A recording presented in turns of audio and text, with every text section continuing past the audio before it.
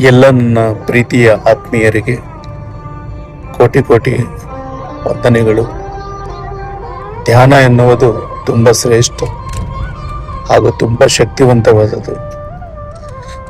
ದಯವಿಟ್ಟು ಧ್ಯಾನಕ್ಕೆ ನೀವು ನೆಗ್ಲೆಕ್ಟ್ ಮಾಡಬೇಡಿ ಹಾಗೂ ಧ್ಯಾನ ಮಾಡೋದು ಮರಿಬೇಡಿ. ಸ್ವಲ್ಪ ಸಮಯ ನೀವು ಧ್ಯಾನಕ್ಕೆ ನೀವು ಸಮಯ ಕೊಟ್ಟರೆ ಆ ದಿನ ಎಲ್ಲ ನಿಮಗೆ ಎಷ್ಟು ಎನರ್ಜಿವಾಗಿರುತ್ತೆ, ಆರೋಗ್ಯವಾಗಿರುತ್ತೆ, ಆನಂದವಾಗಿರುತ್ತೆ. ಯಾರ್ಯಾರಿಗೋಸ್ಕರ ನೀವು ಸಮಯ ಕೊಡ್ತೀರೋ ನಿಮಗೋಸ್ಕರ ನೀವು ಸಮಯ ಕೊಟ್ಕೊಳ್ಳೋದು ಬೇಡವಾ? ದಯವಿಟ್ಟು ನನ್ನ ಪ್ರೀತಿಯ ಆತ್ಮಬಂಧುಗಳೇ, ಎಲ್ಲವೂ ನಿಮ್ಮ ಶ್ವಾಸದಲ್ಲೇ ಇದೆ. ಪ್ರತಿ ಶ್ವಾಸ ನಿಮ್ಮ ಜೀವನ, ಪ್ರತಿ ಕ್ಷಣ ನಿಮ್ಮ ಜೀವನ.